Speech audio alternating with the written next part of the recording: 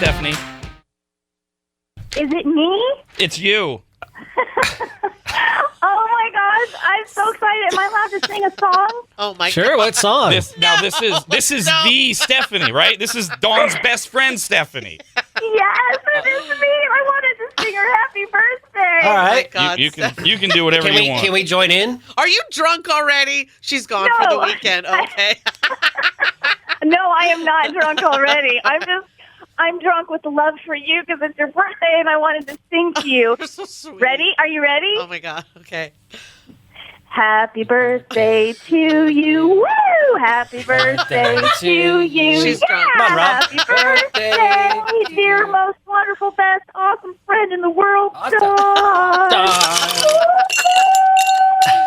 Happy birthday to you. She is drunk. Oh my! Whoa, with the high C. Well I done. even do my own backup. Well, I mean, she is in Arizona. And it's an hour later there, okay. so you know. Fine. Time. All right. Thank I you, just did Stephanie. not want you to think I forgot your birthday. Oh my God. No, I know you would never. You could have texted her. She did. Oh, I already did that. Then she knows she didn't forget her birthday. All right. Thank you, Stephanie. Oh my Bye-bye. Love you. Thank you. Love you. Bye. Oh, yeah.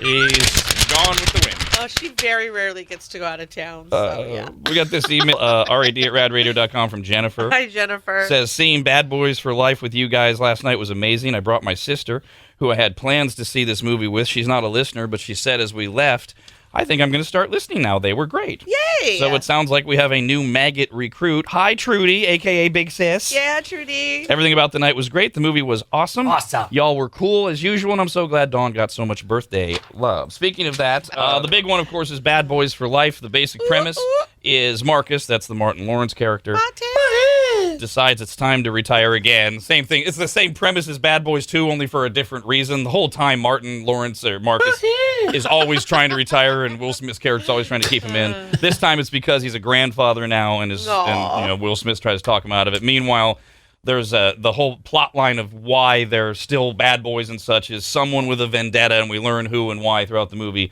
against Will Smith's character. Mike tries to assassinate him and everybody that he loves. That's the basic premise of the movie, which is fine. I kind of agree with the guy that wrote in one of the emails that we had earlier when he got into it and said he said 40 minutes, I would have said 30, were a little disjointed or odd, and then the movie really took off. And I think a lot of it, to me, I thought the movie overall was great. Yeah, I loved every second. But the first scene, they dive right into it, and that's good. And then it got choppy, and almost like they recognized, oh, we haven't made one of these in over 15 years. We kind of have to reestablish as best we can who these individuals are and what the storyline's going to be. And because I was sitting there going, this is not quite. I hope this picks up, and then it did. So overall, it's great. But that was what I was feeling in the first part. I agree, but I could see why they did it the way they did, because they had to jam.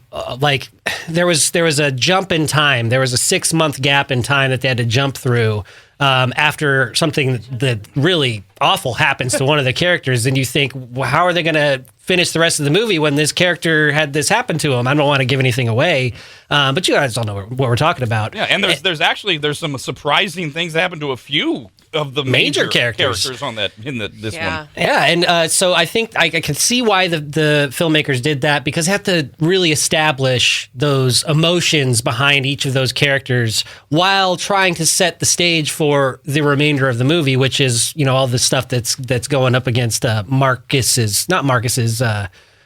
Will Smith's characters, Mike's character, which is like the main focal point. But there was really only two parts of the movie that I thought were super campy, and it was one of them was during a chase scene. Actually, three. The first two were during the same chase scene where they were fighting all the bad guys basically, and the bad guy who was in pursuit by Mike and Marcus shot at a car that was on a I knew trailer. that. Yes, that was. Like, you know how, tow trucks, they'll put like the flatbed tow trucks, and they put a big car on top of there. And it was like a super nice car. And the guy that they were pursuing, the bad guy, shoots at it 3 times, and the entire car explodes. And there's still like a bunch of fire all over the truck. Like, how could that happen? And he does it, unless I miss it, because it was a fast-moving scene. I'll check it when I watch it again, which I will. Which this just makes it more ridiculous, with a handgun. Right. Which is even more asinine. It wasn't like a grenade launcher or something. And there's always that suspension of disbelief with all of these movies, but that I always caution people, so much of what you see in some of these action films really does happen. That's not one of them. Well, No. the other thing That one was particular ridiculous. scene right there too, I was watching the guys in the truck, and they don't flinch. They're like, what Yeah, happened? like Where'd they- our car go? The drivers. Yeah. Yes. They should have And I been think- more surprised. yeah, because I will do that sometimes because everyone else is concentrating on the explosion and the car, Right. And I'll look other places. Sometimes I'm like, they should have had him do something. What was campy number 2? When Mike is running on that propane tank, not the propane tank, but the truck that's carrying all of the propane tanks, and he's running all along that truck. And there's a guy, the main guy that he's trying to get is in a helicopter, and the guy in the helicopter is shooting at the propane tanks, and they're exploding behind Will Smith's character as he's jumping. And then he jumps and lands on that hanging ladder from the helicopter. That was just so campy. And then the last one was towards the end, like when at the climax of the movie.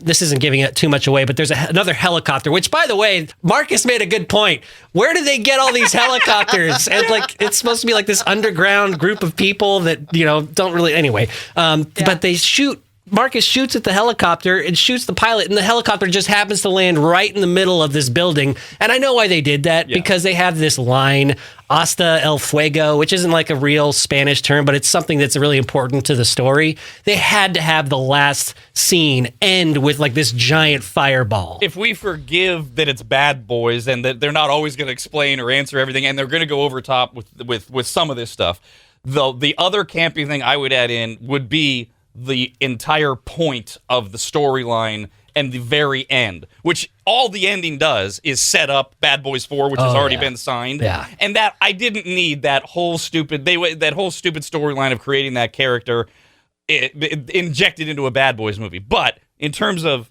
humor, over the my top. God, Oh, that was the best part. Great job. Humor Absolutely. was great. Yeah, that character that was created,